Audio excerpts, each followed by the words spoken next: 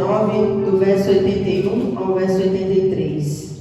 Aleluia, louvado seja Deus. Diz assim a palavra do Senhor. Quantos encontraram? Diga glória a Deus. Glória a Deus. É mesmo, eu acho que... Mas vou ler por aqui. Desfaleceu a minha alma, esperando por tua salvação, mas confiei na tua palavra. Os meus olhos desfaleceram, esperando por tua promessa. Entretanto, dizia: quando me consolarás tu? Pois fiquei como odre na fumaça, mas não me esqueci dos teus estatutos. Amém? Abre lá comigo Lucas 5, do 37 ao 39. Aleluia. Louvado seja o nome do Senhor. E ninguém põe vinho novo em odres velhos. De outra sorte, o vinho novo romperá os odres, e entornar-se-á o vinho, e os odres se estragarão. Mas o vinho novo deve ser posto em odres novos, e ambos juntamente se conservarão. E ninguém, tendo bebido o velho, quer logo o novo, porque diz: melhor é o velho. Feche os seus olhos. Pai, essa é a tua palavra. Eu quero te louvar, Senhor, pela oportunidade de poder falar de ti, que é um privilégio. Obrigado pela vida de cada um dos irmãos que aqui estão, por todos aqueles, ó Pai, que vieram buscar mais da tua presença, porque eles não estão aqui, ó Pai, porque é o 6º dia da campanha, porque é um dia de culto normal. Eles estão aqui, Senhor, porque entendem que a alma necessita, a alma anseia pela tua presença. Eu peço que, assim como o Senhor tem usado os teus filhos desde o início desse culto, que o Senhor use pela tua misericórdia também a minha vida, e faça conforme o teu querer e a tua vontade. Toma a direção, Senhor, em nome de Jesus. Amém. Pode se assentar. Aleluia. Irmãos, nós estamos diante de uma palavra de Salmo 119. Salmo que é um livro poético e glória. Tinha combinado sair não, mas deu certo. Fala sério, né? Tu queria me assustar. O quê? Foi tu. Rapaz, tu vai ficar tipo... Tinha que ser ovelha lá no meu plano. Oh, glória. Salmo 119, que é um livro poético, você bem sabe, que é usado para transmitir a adoração a Deus e também usado para transmitir o sentimento que as pessoas que o escreviam estavam, sendo sentimentos de alegria, de felicidade, também como sentimentos de tristeza e sentimentos de angústia. E você pode notar que o livro de Salmos, por muitas vezes, os escritores que o escreveram usavam também alguns elementos que representasse a forma como eles estavam sentindo. Por exemplo, salmista no Salmo 42, ele vai dizer: como o servo anseia pelas águas, a minha alma anseia por ti. Você pode ver aqui, por exemplo, em Salmo 52:8, o salmista vai dizer que ele estava como uma oliveira verdejante, ou seja, representando força, representando vigor, representando confiança. Você pode ver em Salmo 102:6, onde o salmista está dizendo: mas eu estou como um pelicano no deserto, ou seja, representando alguém que está sozinho, alguém que está lá no mais profundo da solidão. Então era assim normal usar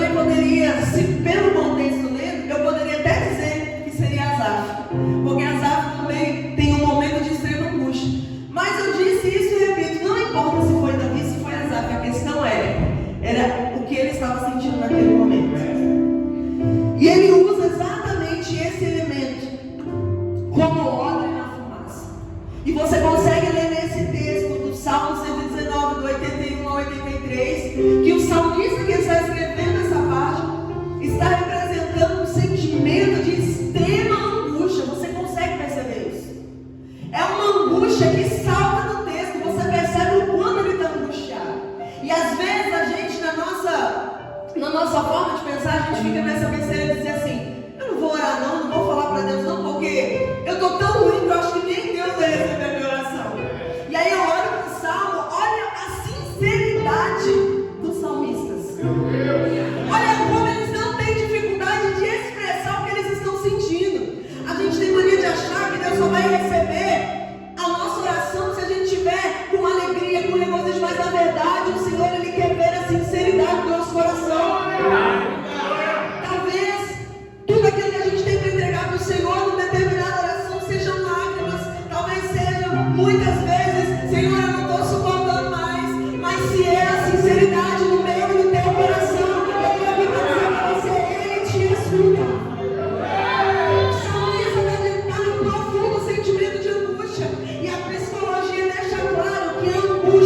É um dos sentimentos mais sentidos e vividos pelo ser humano. Porque a angústia, ela mexe com a alma. A angústia, ela mexe com a mente. A angústia, ela mexe até mesmo com o nosso corpo físico. E o salmista, ele está expressando. E quem está nesse nível de angústia, por muitas vezes, se não tomar cuidado, entra num estado de desequilíbrio. Só que o salmista deixa claro o nível de angústia que ele está. E muitas vezes esse nível de angústia faz a gente enxergar até situações que nem aconteceram, mas a gente já está num estado de tanta angústia. Quer um exemplo? Gênesis capítulo 37. Só mostraram para Jacó, chegaram com uma túnica ensanguentada. Ninguém falou que José morreu, mas Jacó falou: certamente é o meu filho que morreu. Certamente é do meu filho, ele já está morto, já foi despedaçado. Olha o nível de dor e de angústia da alma desse pai. A ponto de fazê-lo interpretar um elemento, uma notícia que nem ele sabia. Mas ele deduziu por quê? Pelo estado de angústia. E muitas vezes isso acontece conosco. O salmista deixa claro esse nível de angústia que ele está, e ele faz exatamente essa comparação. Eu estou como um odre na fumaça. E o que é um odre? Um odre é um recipiente feito de pele de animal, do couro do animal, para ser transportado vinho, leite, azeite, água. Ou seja, era um recipiente.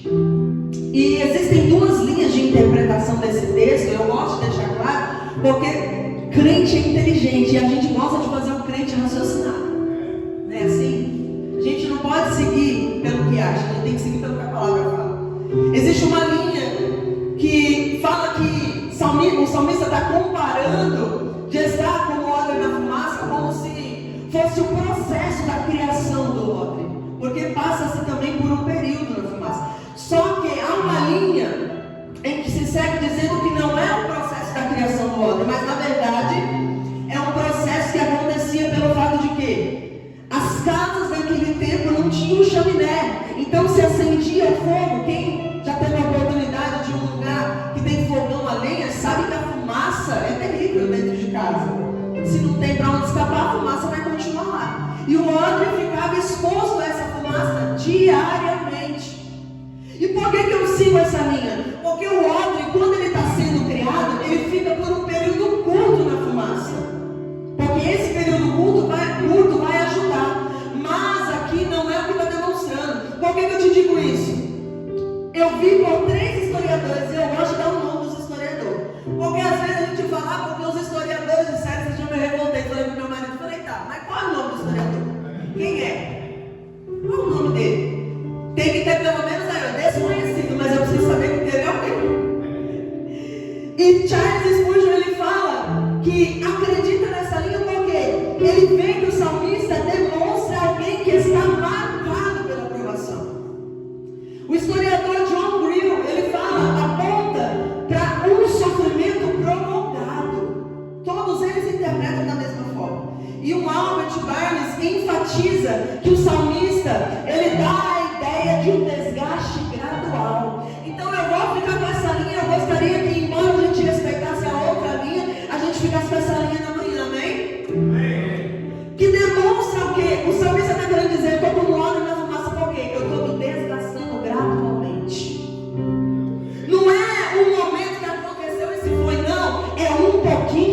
dia. É um pouquinho, eu estou falando de alguém que tem sofrido ataques. Eu estou falando de alguém que tem sido marcado pela provação. Eu estou falando de alguém que diariamente convive com sentimento de dor, com sentimento de angústia, com sofrimento, com marcas na alma, no corpo, com marcas na sua mente. É alguém que está se desgastando. E por que ele fala como odre na fumaça? Porque quando o odre fica diariamente sendo ali alimentado, vamos dizer, acuado pela fumaça, ele se torna um odre ressecado, ele se torna um odre cheio de fuligem, ele se torna um odre escurecido, enrugado. Então você consegue imaginar alguém que se compara a um odre na fumaça? É alguém que está dizendo: eu não estou aguentando mais. Senhor, eu estou cansado. As minhas forças estão esgotadas. Todo dia é uma coisa nova, mas não de uma coisa nova que me traz alegria. Todo dia é um pouquinho de algo que me chateia. Todo dia é um pouquinho de algo que rouba minha alegria, que rouba minha paz. Mas ele termina dizendo: contudo, eu não me esqueço da tua palavra.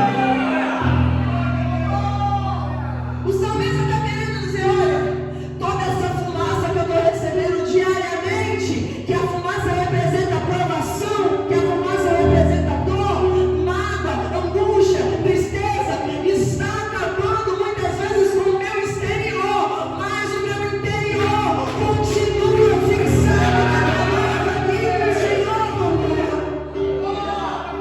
É alguém que está marcado, é alguém que está ferido, é alguém que está cansado. É alguém que está dizendo: eu não suporto mais. Ou seja, ele deixa claro que ele está há um bom tempo exposto a uma longa aflição. Gente, eu vou falar uma coisa para vocês. Quando você pensa assim, na sua vida está tudo bem, de repente chega aquele período que você fala assim: mas começou, mas não tem um tempo para terminar? De janeiro para cá, isso porque para mim, para quem está de fora, pensa assim: foi um período curto, mas é porque você não estava vivendo. Por isso que hoje, a gente precisa entender que a gente não pode definir a dor de ninguém. Porque cada um sabe de si o que passa. Mas de janeiro para cá, foram muitas coisas. Só para que você entenda, no mês de janeiro eu já comecei o ano literalmente com o pé. Mas com o pé parado, porque eu torci o tornozelo de novo. Aliás, deixa eu retornar. No mesmo dia, tive uma leve batida no carro, de tarde torci o tornozelo. Quando eu estou voltando para o trabalho, depois de quase 15 dias afastada, no feriado de carnaval, na sexta-feira retornando para casa, estou parada no trânsito da Jacopêssego, na minha fila, aguardando o meu momento para poder andar. Tu já viu o trânsito? O trânsito é assim, ainda mais perto de feriado. Estou retornando para casa, de repente eu não costumo olhar para o retrovisor. Geralmente eu estou ouvindo alguma coisa, uma palavra, um louvor, estou de olho quando eu estou parada, né? E de repente eu olhei para o retrovisor, e quando eu olhei para o retrovisor só deu tempo de falar: meu Deus, ele vai bater, tem misericórdia. Foi tudo questão de 3 segundos. Meu Deus, tem misericórdia, ele vai bater. Tirei o volante. Tomei uma pancada, aí eu não sabia o que doía mais, se era o pé, se era a tristeza de ver o carro daquele jeito, se era diante da situação, falar: meu Deus do céu, o que é que está acontecendo? Porque a gente tinha esse carro há 3 meses, e esse carro ele deu PT, irmão, pra você ter noção do nível da batida. E há um período na nossa vida em que a gente passa, que a gente fala assim: meu Deus, eu comecei a meditar nessa palavra já há alguns dias, e tem situações que a gente olha e a gente fala: Senhor, parece que tem fase na nossa vida que a gente está com o óleo na fumaça, mas nós não podemos nos esquecer que ainda que estejamos com o óleo na fumaça, a palavra de Deus continua viva. Ele é tremendo, ele é fiel, ele é poderoso, ele é santo, ele é digno. A sua palavra, filho. Talvez você está do lado de alguém que está exatamente nessa situação, dizendo: talvez ele fale: o que tem a ver com a campanha? Tudo, a campanha fala sobre o novo. E nós vamos dizer isso daqui a pouquinho. Porque a primeira coisa Que talvez você possa estar dizendo assim: irmã, mas o que eu vou fazer se eu estou me sentindo desse jeito? Eu estou me sentindo como odre na fumaça. Na verdade, eu vim aqui só não sabe como eu vim, eu estou esgotado. Eu estou falando de gente que está exausto.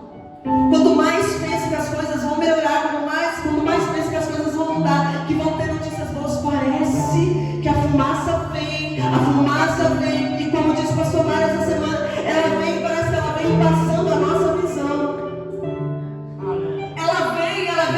Vem tirando por muitas vezes a nossa esperança. Eu estou falando de gente que já não tem mais força, já não quer mais sorrir. Eu estou falando de gente que já não está mais suportando e está dizendo: Senhor, se o Senhor não entrar com uma providência, eu não vou mais suportar. Mas eu vim aqui como boca do Senhor para dizer: Ele continua no controle. Você pode estar na fumaça, mas se Ele estiver com a palavra, você suporta tudo.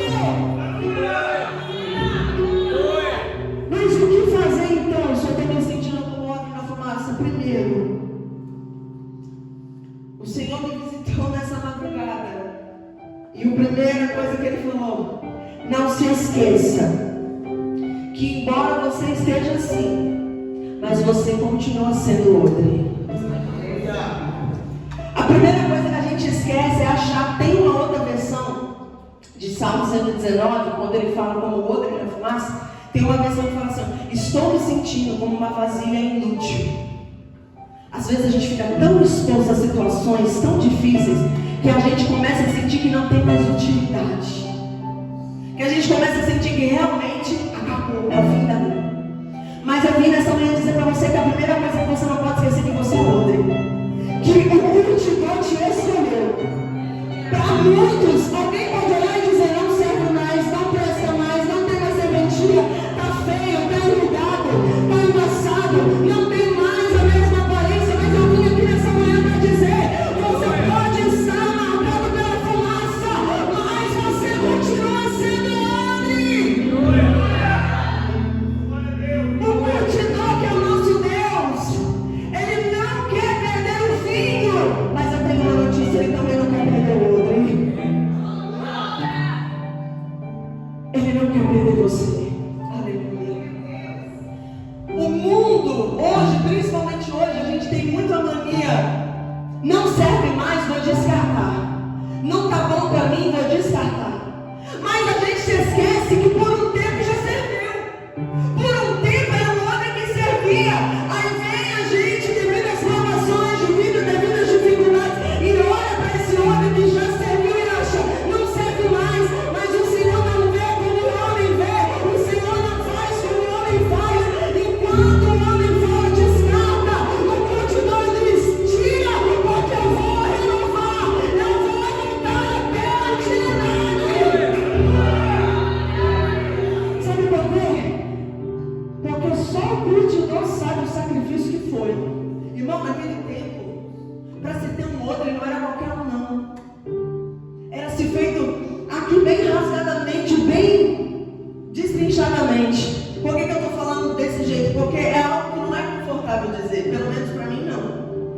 Mas se tinha que se matar um animal e arrancar o couro do animal. Ou seja, o pastor Mário falou também essa semana, comentando sobre isso.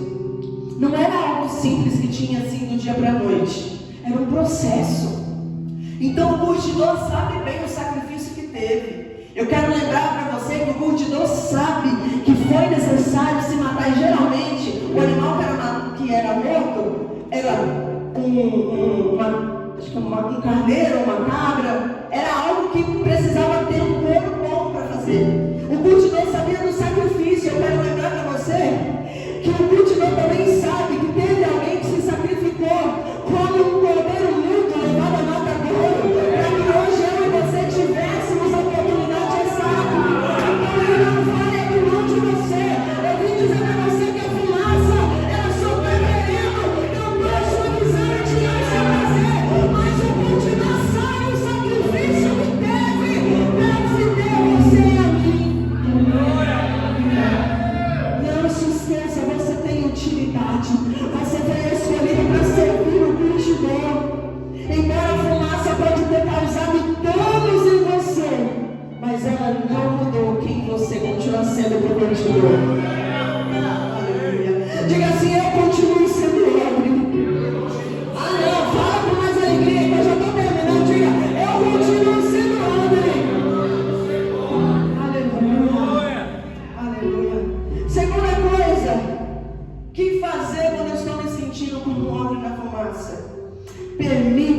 que Ele te limpe. Todas as vezes em que o odre estava nessa situação e precisava de um renovo, o curtidor pegava esse odre e ele ia até a água para poder lavar esse odre. E ele limpava, e às vezes a gente pensa, mas ele vai limpar só a fuligem que está do lado de fora? Não, para ele poder começar um processo de renovo, ele precisa também limpar o que está do lado de dentro. E a gente olha para esse contexto, a gente pensa assim, mas tem muita coisa que talvez dentro do lado poderia estar ruim. Poderia, vamos supor, se fosse leite, poderia ser lá bem azedado? Poderia, o calor, a fumaça. Tira-se aquilo que está ruim, mas muitas vezes o curtidor, para renovar a gente, ele também vai tirar muitas coisas boas. E aí que está a questão. Muitas vezes a gente aceita que o curtidor limpe de dentro de nós coisas ruins, por exemplo, mágoas, tristezas, falta de perdão, angústia, trauma. Mas quando o curtidor precisa mexer, porque quando a gente olha e fala assim, poxa, mas tem um vinho, o vinho está bom, está dentro do odre, mas ele precisa tirar para poder te levar para um novo nível. Porque nós vemos que para receber um vinho novo, o odre precisa estar novo. Só que esse novo não representa um zero bala, representa um odre que está renovado e disponível. Mas para receber um vinho novo, esse odre precisa voltar a ter capacidade de flexibilizar, capacidade de expandir, porque senão ele estoura a fermentação do vinho. Então não se preocupe quando Deus começar a te limpar por dentro, mas te limpar de coisas ruins e também te limpar, tirar do seu caminho coisas boas. Você olha e fala, tá tudo bem, tá tudo tranquilo, tá ótimo pra mim. Não precisava mexer nisso não, curtidor. A gente quer ensinar o curtidor. Não, tá bom, só limpa do lado de fora.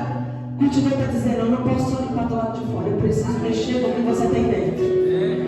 Porque eu preciso te levar para viver um novo tempo. Eu preciso te levar para viver uma nova história. Então, já que eu vou mexer em tudo.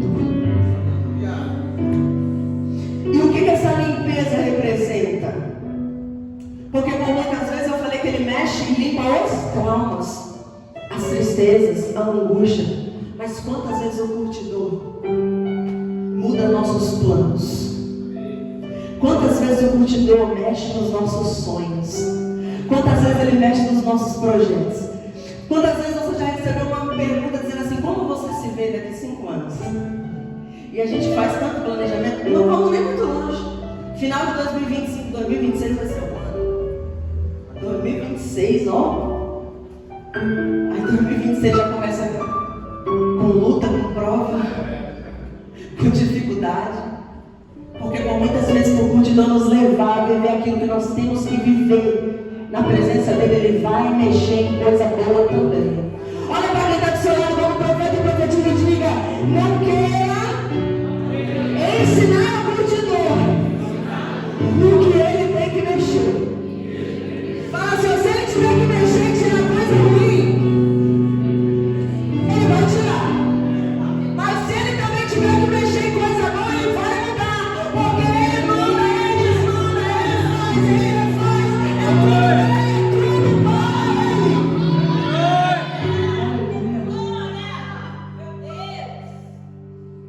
E essa limpeza, quando a gente fala de limpeza, quando a gente fala de água, a gente está falando do quê? De palavra.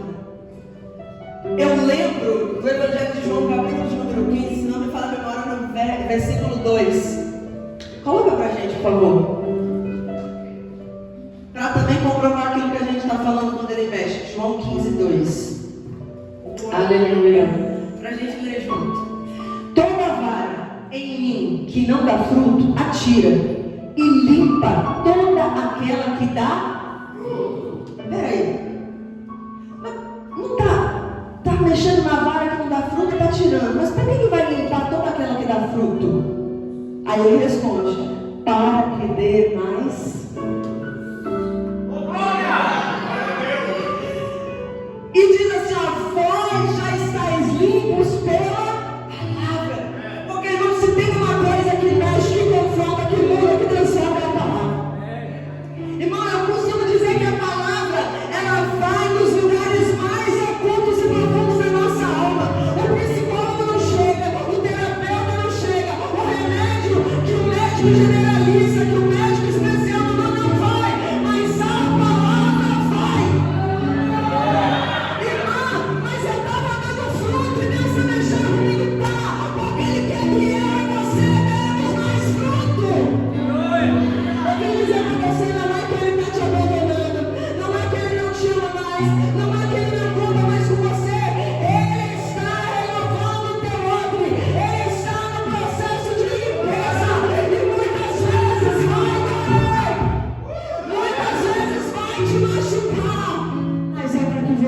dê mais fruto.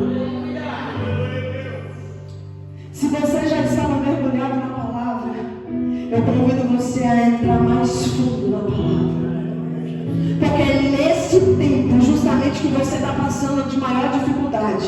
É nesse tempo que você se sente com o óleo da fumaça. E quando você começa a mergulhar na palavra, quando você entende que o multidão está no controle de tudo, e você mergulha na palavra, e você afunda na palavra, e você vai lá no mais profundo da palavra, o multidão começa a mexer em coisas que você não deixava antes ninguém mexer. Ele começa a alterar situações dentro de você que você não deixava ele mexer. Mas a palavra vai te curar. A palavra que fere é a palavra também que cura. Ele vai começar, não se assuste, que ele vai começar nesse tempo a te revelar dentro da palavra coisas que antes você não enxergava, porque você estava embaçado com a fumaça. Mas ele vai nos limpar. Terceiro, o que fazer quando eu estou me sentindo como ontem da fumaça? Permita que o Espírito Santo devolva sobre mim e sobre você a flexibilidade. E aqui representa o que? O curtidor, depois de esvaziar, depois de passar na água, ele banhava o odre com azeite. O azeite representa o Espírito Santo, por isso que a gente tem que permitir ele voltar a trabalhar na nossa flexibilidade. Sabe por quê? Quando o odre está na fumaça, ele fica ali enrugado, ele começa a se enrijecer. Não se assuste com isso que eu vou falar, não, mas a gente às vezes passa por tantas situações, tantas dificuldades. Às vezes a prova está tão grande, às vezes a decepção está tão grande, às vezes a luta está tão grande, que começa a vir tanta coisa de todo lado, que você meio que se fecha num escudo.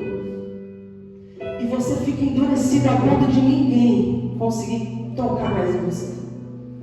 Você já não consegue mais se abrir para qualquer um. Você já não consegue estar com a mesma flexibilidade de antes. Você já não consegue. O Espírito Santo antes falava com você, por exemplo, vai lá, fala com fulano. E você ia sem nem, não sabia nem o que era, mas ia porque o Espírito Santo mandou. Mas às vezes a fumaça está tão grande, te endureceu tanto, te deixou tão endurecido, te deixou tão enrugado, tão cascudo, que hoje o Espírito Santo fala, a primeira coisa que a gente fala é, deve ser minha carne. O Espírito Santo não deve estar falando nada comigo, não. Mas o Espírito Santo nessa manhã, ele vem dizer para você, eu quero derramar no meu azeite, o azeite que vai te deixar flexível e sensível de novo. O azeite que vai amaciar para que você volte a se tornar flexível para aquilo que eu quero derramar. Para aquilo que eu quero que você seja direcionado. Não adianta ser o Espírito Santo não dá. Temos que voltar a buscar a presença do Espírito Santo, mas não simplesmente desejar o Espírito Santo. Não, desejar, qualquer criança deseja. Se você perguntar hoje para qualquer mulher ou para qualquer um que está aqui, o que você deseja? Ah, eu desejo uma viagem, eu desejo um carro, eu desejo uma casa. Mas desejar é o suficiente? Se desejar fosse o suficiente, irmão, estava todo mundo, ó, supimpa. E por que quando a gente deseja algo no material, a gente não luta para conquistar? Irmão, quando você está com um objetivo no material, a gente guarda dinheiro. A gente pega até aqueles 10 centavos que a gente desprezava, que acha debaixo do armário, para guardar. É ou não é? Porque você tem um objetivo. Mas no espiritual, desejar não basta. No espiritual, a gente precisa entender que é mais do que desejar. Eu preciso agir. Eu desejo o Espírito Santo, mas eu não jejuo mais. Eu desejo o Espírito Santo, mas eu não leio mais. Eu desejo o Espírito Santo, mas eu não oro mais. Eu desejo o Espírito Santo, mas eu fico esperando um mover diferente. Eu fico esperando alguém colocar a mão na minha cabeça para eu voltar a falar em línguas. E o Senhor me trouxe aqui nessa manhã. Pare de esperar um mover diferente. Quem começa diferente é você. Não fique só no desejo. Deixa o Espírito Santo derramar azeite sobre a tua vida. Deixa o Espírito Santo derramar azeite sobre a sua casa, sobre a sua família. Talvez você está dizendo, mas eu queria que fulano mudasse. O Senhor me trouxe aqui para dizer, fulano não vai mudar, quem vai mudar é você para suportar a situação e dar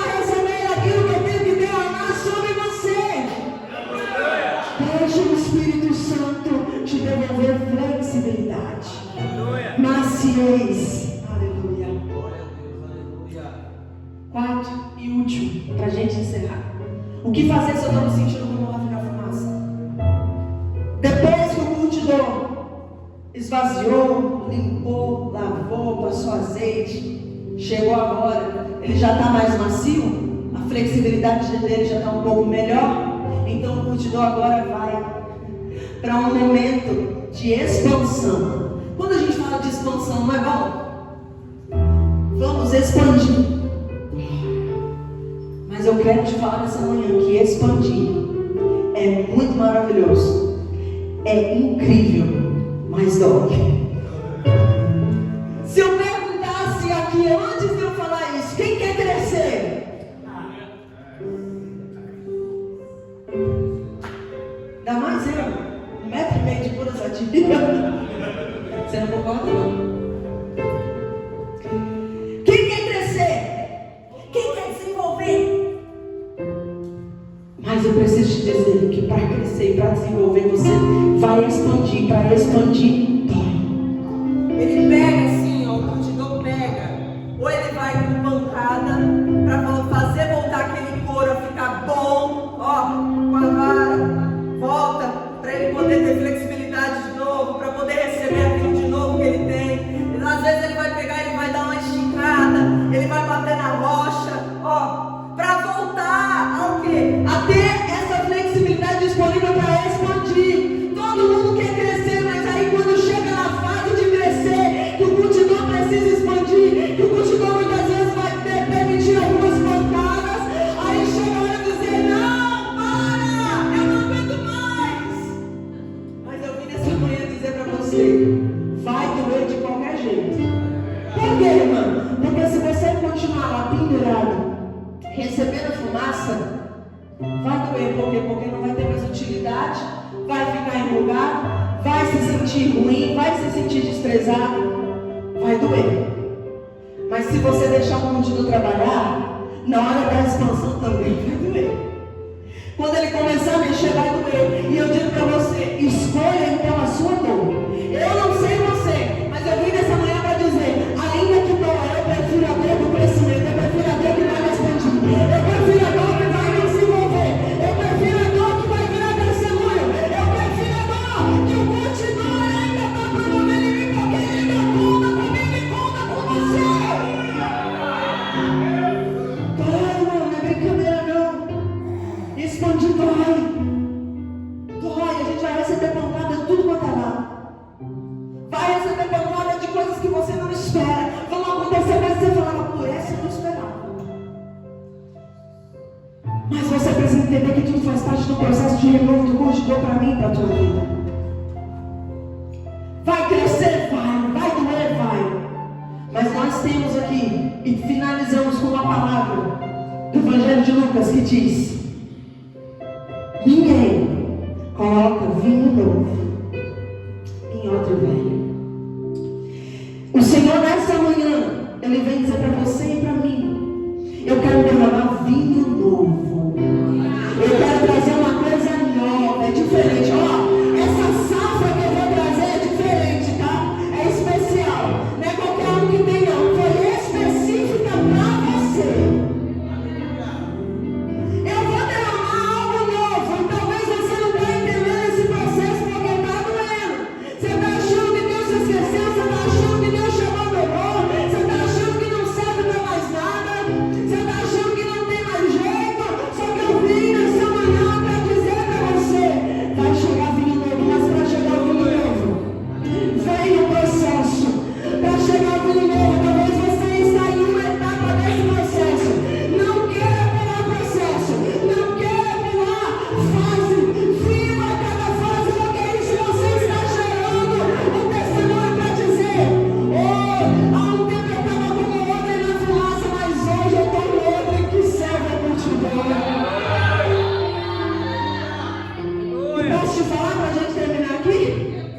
Ó, quando o curtidor terminar o processo e deixar você renovado, ele vai derramar algo novo sobre mim e sobre você, amém?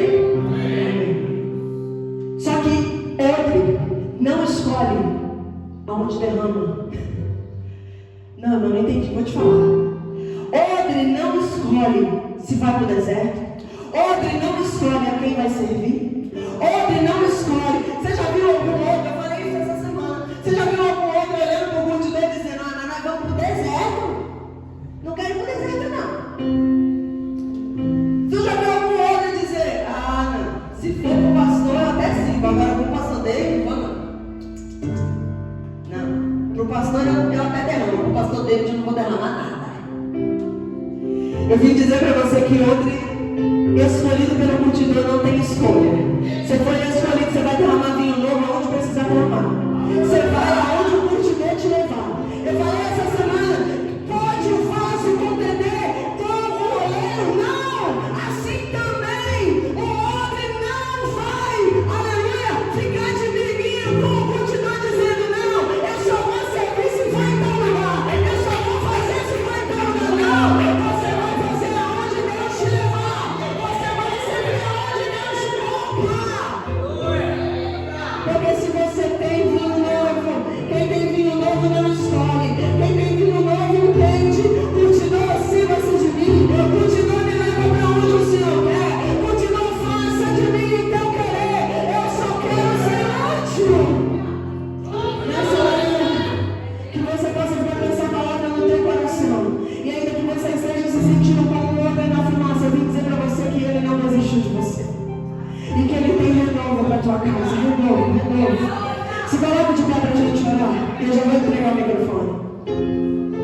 Aleluia. Se você está assim se sentindo, como nós dizemos aqui com o outro na fumaça, é a tua oportunidade. Fecha os teus olhos aí no teu lugar. Fecha os teus olhos aí no teu lugar. Começa a orar para o Senhor nessa manhã. Começa a dizer para Ele: Senhor, eu não sei em que fase eu estou. Senhor, está doendo. Senhor, na verdade, essa área que o Senhor está mexendo, eu não estou gostando, não. Mas se é para eu voltar a ter utilidade, se é para eu voltar a ser útil para o Senhor, mexe, Senhor. Só me dá força para suportar. Porque eu escolho a dor de ser tratado, de ser renovado pelo Senhor, do que a dor de ficar o tempo todo sendo marcado pela fumaça. Pai, em nome de Jesus, nós ministramos aqui a tua palavra. Senhor, eu não sei como está o coração dos teus filhos. Senhor, eu não sei como eles chegaram aqui nessa manhã. Eu sei, Pai, que o tema dessa campanha gera em mim de novo. Senhor, nessa manhã os teus filhos estão clamando, porque eles não querem, Senhor, permanecer da mesma forma. Senhor, talvez muitos estão aqui e estão desgastados, Senhor, pelas provações, e estão desgastados, Senhor, pelos dias maus. Mas o Senhor é aquele que levanta, que restaura, que coloca de pé. O Senhor é aquele que renova. O Senhor é aquele que continua contando conosco. Espírito Santo de Deus, traga renovo sobre cada um de nós aqui nessa manhã. Oh, Espírito Santo, limpa o que precisa limpar. Limpa, Senhor, o nosso ego. Limpa, Senhor, o nosso orgulho. Tira, Senhor, arranca todo trauma. Arranca toda mágoa. Arranca, Senhor, toda dor. Senhor, em nome de Jesus, limpa-nos, Senhor. Restaura-nos, Senhor. Põe o teu azeite precioso sobre cada um de nós. Nós só não queremos só para ficar da mesma maneira. Pai, em nome de Jesus, que essa palavra possa queimar no coração, na mente dos seus filhos. Leva-nos em paz, Senhor, assim como o Senhor nos trouxe. Em nome de Jesus, que haja renovo sobre cada um que está aqui, sobre cada casa, sobre cada família representada. É que eu te peço e te agradeço em nome de Jesus. Amém? Você que recebe essa palavra, aplauda o nome do Senhor.